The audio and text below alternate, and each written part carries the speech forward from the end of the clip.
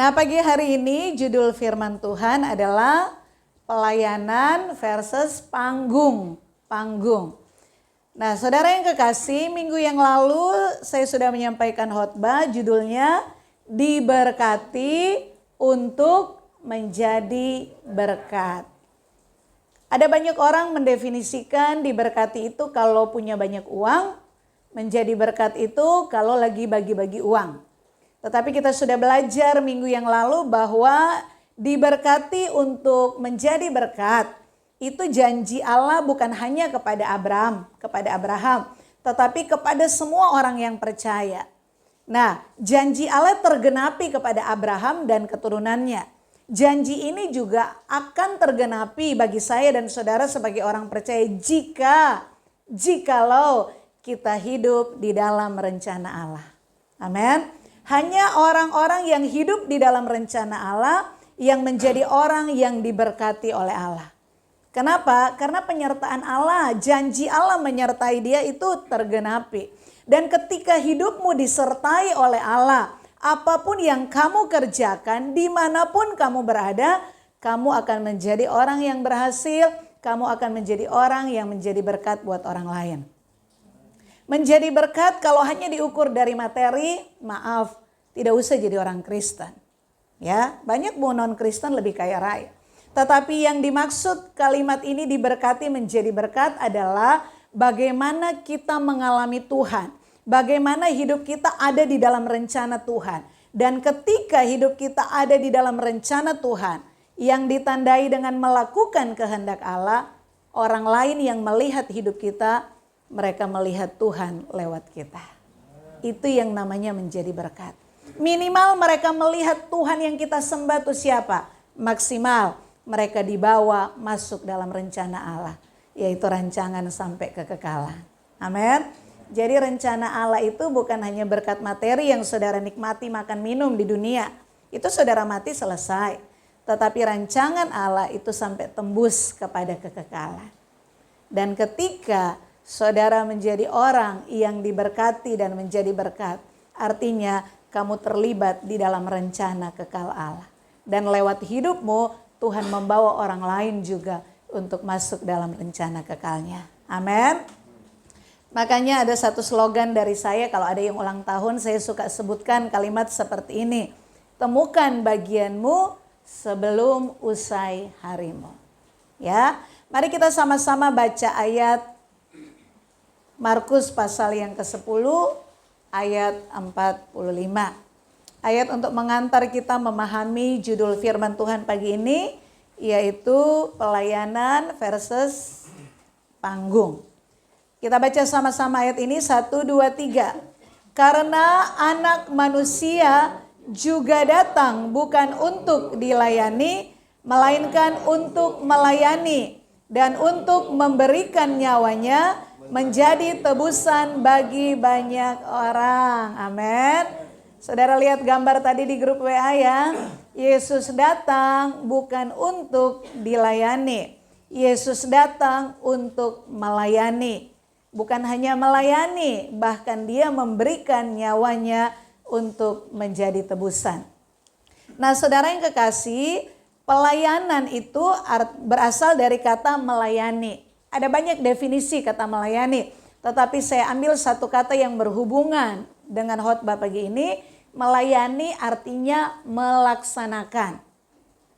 Melayani artinya mengerjakan. Artinya ada satu tugas yang diberikan, yang harus kita kerjakan, yang harus kita laksanakan. Nah, pelayanan itu berbicara tentang cara melayani. Kata yang kedua adalah panggung. Panggung itu kalau biasanya saudara terbayang di pikiran, itu tempat pertunjukan. Betul ya? Itu disebut panggung. Khotbah pagi ini judulnya pelayanan atau panggung. Ya, pelayanan itu bicara tentang hamba. Yang melayani itu kan hamba yang mengerjakan tugas. Tetapi kalau panggung itu berbicara tentang aktor, bicara tentang artis yang menampilkan dirinya, kemampuan dirinya. Ya, saya harap saudara mulai punya gambaran. Yang pertama kita akan belajar tentang pelayanan. Tujuan khotbah pagi ini, saudara bisa melihat dirimu. Dirimu itu ada di dalam pelayanan atau dirimu itu sebagai orang percaya ada di atas panggung. Ya, yang pertama kita mau paham pelayanan itu apa sih, sehingga kita bisa tahu aku di pelayanan atau aku di atas panggung. Ya, pelayanan itu saya terjemahkan dengan kata tubuh Kristus. Kalau saudara buka di dalam 1 Korintus 12 ayat 27, firman Allah berbunyi demikian. Kamu adalah tubuh Kristus dan kamu masing-masing adalah anggotanya. Amin saudara. Saudara pernah dengar bahwa orang percaya itu tubuh Kristus? Pernah dengar ya? Saudara sebagai apa di dalam tubuh Kristus itu? Jari kelingking atau jari jempol? Tangan kanan apa tangan kiri?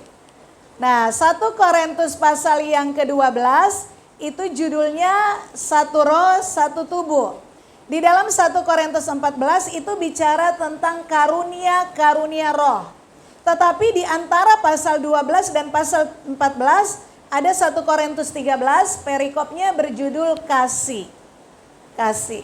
Maksud saya begini, ketika saya dan saudara berkata aku percaya kepada Tuhan Yesus, aku menerima Yesus sebagai Tuhan dan Juru Selamat, kita dihisap menjadi satu tubuh. Kristus adalah kepala dan kita adalah anggota-anggota tubuh. Analoginya ada yang jadi tangan kanan, ada yang jadi tangan kiri. Ada yang jadi kaki kanan, ada yang jadi kaki kiri. Ada yang jadi jari jempol, ada yang jadi jari kelingking. Betul saudara? Tetapi tubuh itu kan punya fungsi masing-masing. Betul nggak saudara? Amin. Tetapi tubuh kita ini digerakkan oleh satu, yaitu kepala. Betul nggak saudara? Jika saudara sudah nggak bisa diatur oleh kepala, orang Jawa bilang itu ada yang meslek. Betul nggak saudara? Udah nggak sinkron. Nah, kita belajar bahwa di dalam kekristenan ketika kita menjadi satu tubuh Kristus ada bagian kita. Di dalam Efesus pasal 2 ayat 10 ada pekerjaan yang baik yang Tuhan sudah sediakan ketika saudara dilahirkan. Jadi saudara lahir ke dunia bukan sekedar kehendak orang tuamu pengen punya keturunan. Ya. Bukan sekedar kehendak kakek nenekmu pengen gendong cucu. Tetapi kita terlahir di dunia atas rancangan Allah. Dan ketika Allah menghendaki seorang manusia lahir, itu bukan sekedar memenuhi bumi. Tetapi Allah punya satu tujuan. Agar anak manusia yang terlahir, dia bisa menggenapi rencana kekal Allah. Amin. Jadi saya dan saudara membawa rencana kekal Allah. Selama kita hidup 70-80 tahun ada bagian kita. Kita sebagai anggota tubuh Kristus kita harus berfungsi. Ketika satu tubuh Kristus yang tangan kanan tidak berfungsi itu namanya stroke. Kemarin ada bapak-bapak datang. Permisi, permisi. Kemudian dia datang. Tangan kirinya nggak bisa bergerak. Dia bilang, ibu ini GSJA ya. Saya dari GSJA yang sini di luar kota. Saya stroke, saya kena sakit. Jadi saya dulu bekerja, sekarang tidak bekerja lagi. Istri saya bikin jajan. Ini saya tawari ibu untuk beli. Itu ada, kalau saudara mau tuh keripiknya ada di sana, masih ada di atas meja. Dia jualan itu. Nah, ketika kita sebagai tubuh Kristus tidak melakukan bagian kita, ada yang kurang. Amin. Tidak usahlah saya berkata tubuh Kristus semua orang percaya di dunia. Kita aja di jemaat Karmel, ya. Saudara, kita di Karmel ini punya bagian masing-masing. Punya tugas masing-masing. Ketika saudara sebagai bagian dari anggota gereja Karmel tidak melakukan tugasmu, tidak menemukan bagianmu, ada yang kurang di dalam pelayanan ini. Jadi jangan berpikir, oh pelayanan Karmel kok begini-begini, kok begitu-begitu. Saudara tanya diri sendiri, peranmu apa? Bagianmu apa? Makanya kenapa laporan keuangan tuh di-share setiap minggu. Kenapa? Setiap bulan, sorry. Bukan menunjukkan, oh ini yang memberi, ini nggak memberi, bukan. Supaya saudara bisa menilai. Kita gereja sekarang ini dengan penghasilan begini, pengeluaran begini. Kita punya kerinduan pindah ke tempat yang lebih bagus, lebih besar. Mampu nggak kita? Mengerti nggak saudara? Mampu nggak kita dengan operasional yang pasti akan lebih besar, yang budgetnya pasti lebih tinggi. Itu tujuan saya. Jadi bukan menunjukkan, oh saudara nggak memberi, nama saudara nggak ada, bukan. Tetapi saudara bisa menilai, apa bagian saya, apa yang sudah saya kerjakan. Sehingga kalau masih ada yang kurang, ayo kita sama-sama gitu loh saudara. Nah, saudara yang kekasih, bicara tentang pelayanan, yang melayani itu adalah seorang hamba. Ya, hamba identik dengan melayani. Dalam hal ini yang dimaksudkan dengan hamba adalah saya dan saudara. Di dalam tubuh Kristus, Kristus sebagai kepala, kita anggota-anggota tubuh, kita disebut hamba. Artinya apa? Kita harus bekerja, kita harus melakukan bagian kita berdasarkan instruksi dari pikiran, dari kepala, yaitu Kristus. Makanya orang Kristen tidak boleh hidup suka-suka. Ya, amin saudara. Ketika saudara bilang aku percaya kepada Yesus, aku mau jadi pengikut Kristus, cuma satu. Saudara tidak tanda tangan, tetapi tanpa saudara sadari, saudara bikin pernyataan. Aku mau hidup, dipimpin, dikendalikan oleh Kristus yang adalah kepala. Dan ketika saudara mau hidup nurut kepada kepala yaitu Kristus, saudara akan dibawa masuk dalam rencana kekal Allah. Dan ketika saudara terlibat dalam rencana kekal Allah, hidupmu pasti diberkati.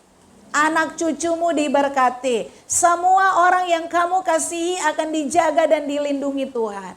Dan yang kedua, lewat hidupmu, engkau akan menjadi berkat untuk banyak orang. Amin. Amin. Nah, mengapa kita harus menjadi hamba?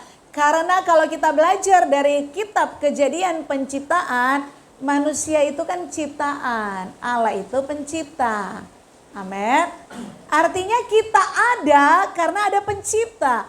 Nah, ketika Allah menjadikan saya dan saudara, ketika Dia menghendaki kita terlahir di dunia ini, itu ada tujuan. Dan sebagai ciptaan, kita harus tunduk kepada pencipta kita. Supaya kita menjadi ciptaan yang benar-benar sesuai dengan rancangan Allah mengapa Dia menciptakan kita. Amin. Itu kalau kita lihat dari konsep perjanjian lama. Tetapi dalam konsep perjanjian baru, kenapa kita harus jadi hamba? Kenapa kita harus tunduk kepada Kristus? Karena kita adalah umat tebusan. Amin. Kita ditebus, dosa kita diampuni. Pelanggaran kita ditanggungkan di atas kayu salib. Yesus menggantikan posisi kita. Hukuman yang seharusnya menjadi milik saya dan saudara, Yesus menggantikannya. Alkitab menulis Dia membayar lunas hutang dosa kita. Dosa kita diampuni, amin.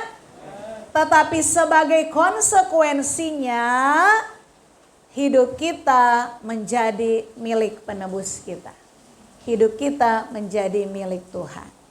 Amin. Jadi saudara jadi orang Kristen, jangan hanya bangga, wow aku sudah jadi Kristen, aku percaya Yesus, Yesus mengampuni dosaku. Tetapi ketika hidupmu tidak hidup dalam rencana Allah, dalam kehendak Allah, kamu membatalkan pengorbanan Yesus untuk dirimu. Amin. Amin.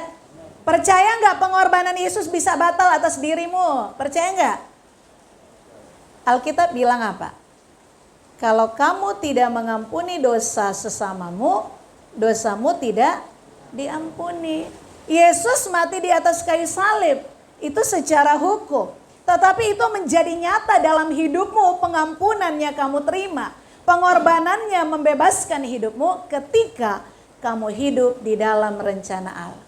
Bukan ditunjukkan dengan saudara, wow jadi orang Kristen ya, setiap minggu ke gereja bawa Alkitab, bukan. Tetapi dari hidupmu setiap hari. Ketika kamu taat, melakukan firman Allah, terlibat dalam rencana Allah, kamu menjadi orang-orang yang layak diberkati oleh Tuhan. Amin. Ciri seorang pelayan, dia hidup di dalam kasih. 1 Korintus 13. Nanti saudara pulang boleh baca 1 Korintus pasal 12, pasal 13, pasal 14. Allah adalah kasih. Ketika saudara berkata, aku percaya kepada Yesus, artinya kamu di dalam Allah, Allah di dalam kamu. Cuman satu cirinya, kamu hidup di dalam kasih. Kasih di dalam Allah, Allah di dalam kita, di dalam Allah, kita di dalam kasih. Dan ketika orang ada di dalam Allah, cirinya cuma satu, melakukan kehendak Allah. Amin. Jadi kalau saudara belajar Alkitab tuh tambah mudah, tidak ribet. Jadi kalau aku percaya Allah, berarti aku melakukan kehendaknya. Ketika aku melakukan kehendaknya, berarti aku ada di dalam kasih-Nya. Makanya orang yang melakukan kehendak Allah, orang yang hidup di dalam kasih Allah tidak mungkin membenci sesamanya. Amin. Ketika saudara ada iri hati, ada kebencian, dendam, kepahitan kepada orang, berarti kamu tidak melakukan kehendak Allah. Berarti kamu tidak hidup di dalam kasih Allah. Artinya apa? Kamu belum masuk di dalam rencana kekal Allah. Amin. Makanya harus bertobat. 1 Korintus 12 ayat 31 berkata, jadi berusahalah untuk memperoleh karunia-karunia yang paling utama. Ini bicara tentang tubuh Kristus. 1 Korintus 13 ayat 13, demikianlah tinggal ketiga hal ini, yaitu iman, pengharapan, dan kasih. Dan yang paling besar diantaranya ialah kasih. Beberapa waktu, beberapa bulan yang lalu saudara sudah dibagikan di grup WA. Itu ada sekitar 80 pertanyaan. Yang kalau saudara jawab, saudara akan menemukan. Kalau pakai bahasa Alkitab, talenta saya itu apa? Karunia yang Tuhan berikan kepada saya itu apa? Kalau saudara yang ikut Bible study, bukan hanya talenta, bukan hanya karunia, tetapi passionnya, terus kepribadian saya apa, itu ada tabel isian yang diisi. Sehingga saudara semakin mengenal hidupmu. Sehingga saudara bisa tahu, oh ini pekerjaan baik yang Allah taruh di dalam diriku, yang aku harus selesaikan selama aku hidup. Dan ketika saudara melakukan bagianmu, hidupmu diberkati, hidupmu menjadi berkat. Temukan bagianmu. Ada orang yang terbeban di pelayanan sekolah minggu. Tetapi ada orang kalau lihat anak sekolah minggu muter, stres duluan dia. Ada orang yang senang di panti jompo, nemenin orang-orang tua, dengar mereka ngobrol. Ada orang kalau ke panti jompo masih dari jauh udah mual dia. Kadang kan bau pesing saudara. Saya pernah ke panti jompo, baru masih dari jauh, itu musim hujan, banjir di sana. Itu masih dari jauh pesingnya udah kecium saudara. Nah artinya apa? Saudara tuh punya beban pelayanan kepada anak-anak, kepada remaja, kepada kaum muda, kepada umum. Saudara dikasih kemampuan untuk melakukan banyak pekerjaan. Ada orang yang bagiannya di musik. Ada orang yang sukanya besuk, gak ngerti musik sama sekali. Tetapi yang pasti ketika saudara dilahirkan, ada sesuatu yang sudah Allah titipkan.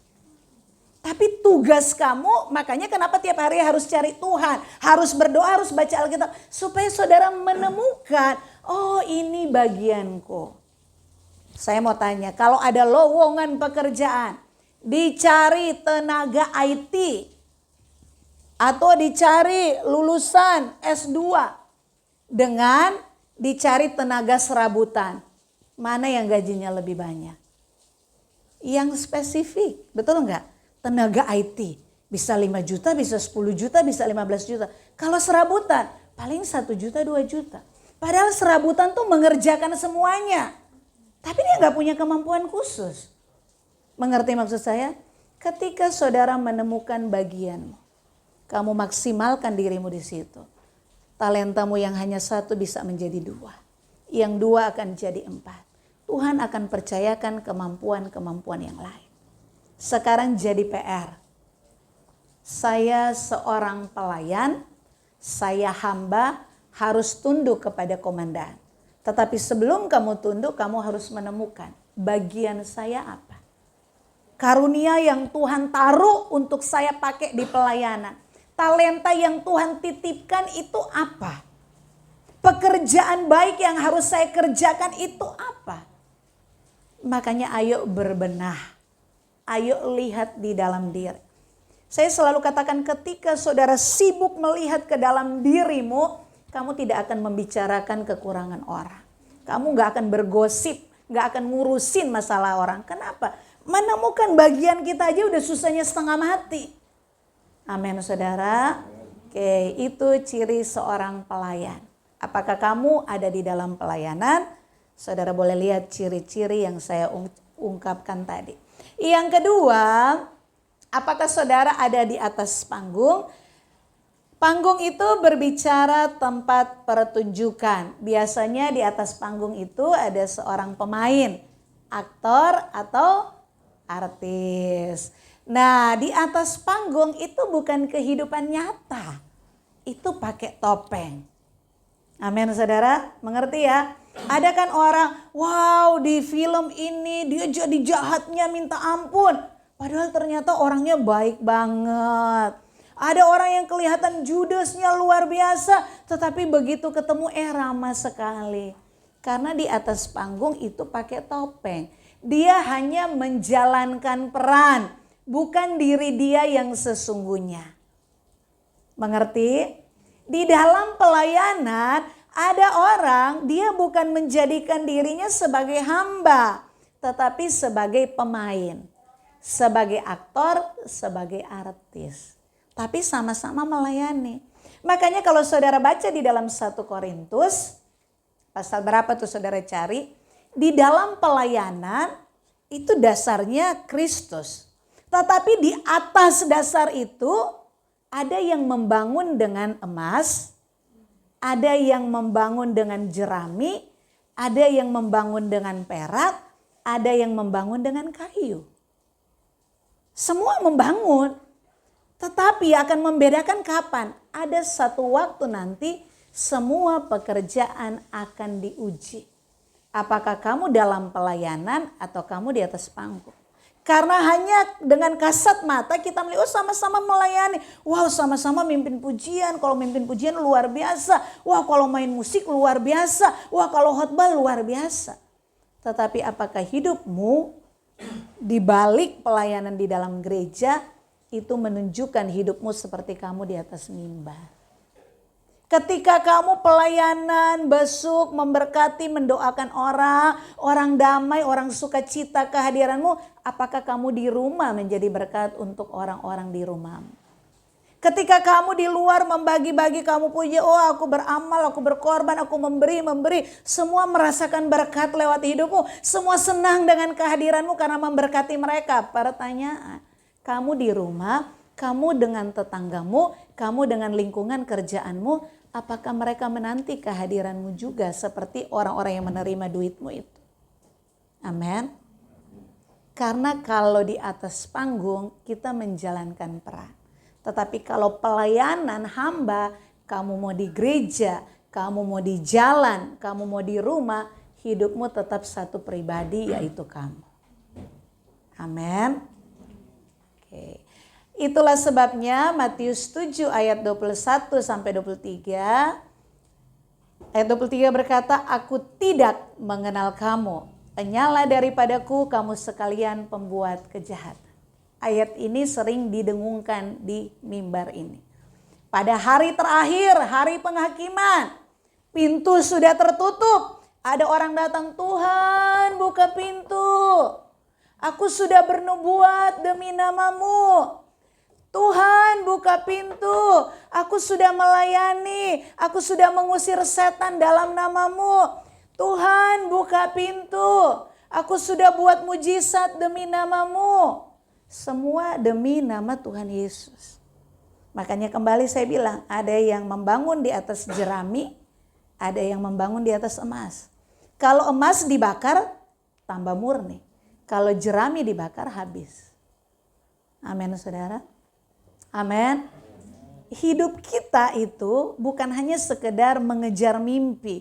Oh, saya mau punya rumah. Oh, saya harus beli kendaraan. Bukan. Itu baik, itu bagian tanggung jawab. Tetapi hidup kita sebagai orang percaya harus tembus kepada kekekalan. Bagaimana menggenapi rencana Allah kekal bagi hidup saya. Bagaimana saya bisa terlibat di dalamnya. Dan bagaimana di kesempatan hidup yang terbatas saya maksimalkan potensi diri. Sehingga saya boleh membawa banyak orang yang melihat hidup saya untuk dibawa masuk dalam rencana kekal Allah. Itu harta kekal. Itu ngengat dan karat pencuri gak bisa ambil. Amin, saudara. Sudah punya harta di sorga. Nah, jadi hening cipta semuanya. Nah, pelayanan versus panggung. Ciri seorang hamba, seorang pelayan adalah apapun yang dilakukan untuk kepuasan hati Allah.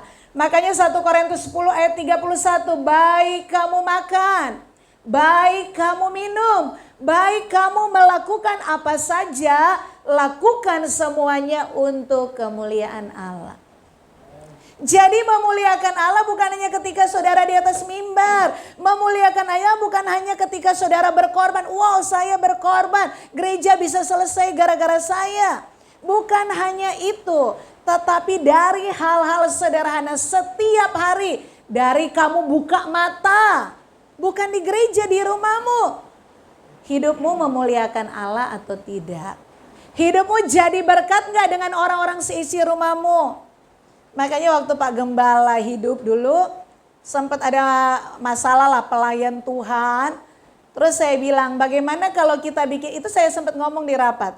Bagaimana kalau kita bikin aturan yang melayani, misalnya bapak-bapak harus ada rekomendasi dari istrinya. Kalau yang melayani ibu-ibu, suaminya harus kasih rekomendasi.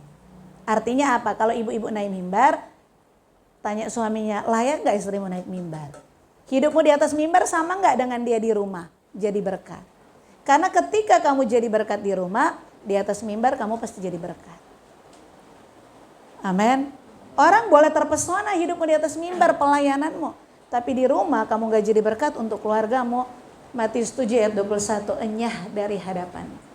Aku sudah melayani Tuhan. Semua talenta aku keluarkan di gereja gak digaji lagi. Tuhan bilang, aku tidak mengenal kamu. Kamu di atas panggung. Orang yang ada di atas panggung, apapun yang dilakukan hanya untuk kepuasan diri sendiri. Makanya kenapa ada seorang pelayan, kenapa nggak melayani lagi? Nggak ada pelayanan-pelayanan. Karena tersinggung. Tersinggung itu bicara perasaan siapa? Perasaan saya. Kalau hamba, kamu mau nggak mau, kamu harus lakukan pekerjaan Tuhanmu. Kamu hamba, kamu budak. Dirimu sudah dibeli. Tetapi kalau aktor, aku harus menunjukkan versi terbaik diriku. Dan orang mengagumi. Ketika orang tidak mengagumi, ketika tidak sesuai dengan harapanku, merasa kurang. Apa ya? Merasa ada yang salah. Karena yang dipuaskan perasaannya bukan perasaan Tuhan. Makanya kembali lagi kepada tema kita, Filipi 2 ayat 5. Kita harus menjadi seperti Kristus dalam hal pikiran dan perasaan. Pikiran itu ketika saudara banyak belajar firman Allah. Perasaan itu ketika proses-proses hidup kamu dibuat tersinggung. Tapi responmu santai aja. Kamu ada kesempatan untuk marah. Kalau dulu kebun binatang, kalau dulu piring terbang. Sekarang responmu beda. Terima kasih Tuhan, aku memberkati mereka semua. Berbeda. Dan untuk memiliki perasaan Kristus itu tidak mudah. Harus diisi kebenaran firman pikiranmu dulu, baru isi pikiranmu akan mempengaruhi perasaanmu. Amin. Yesus mati di kayu salib mengampuni dosa. Goalnya supaya kita orang percaya memiliki pikiran dan perasaan Kristus. Karena hanya orang yang sehati, sepikiran, seperasaan dengan Kristus yang bisa dibawa masuk dalam rencana kekal Allah. Amin. Lihat sebelah kanan, pastikan dirimu masuk bagian itu. Oke, kita baca sama-sama. 1, 2, 3. Pelayanan yang berkenan di hadapan Allah adalah yang sesuai dengan kehendak Allah. Ketika kamu menganggap aku ada dalam pelayanan, melakukan kehendak Allah, itu pelayanan. Tetapi ketika kamu mencari kepuasan diri, kamu ada di atas panggung. Walaupun yang kamu lakukan, tanda kutip, itu pelayanan gereja. Ya, hiduplah dalam rencananya. Pelayanan bukan panggung sandiwara.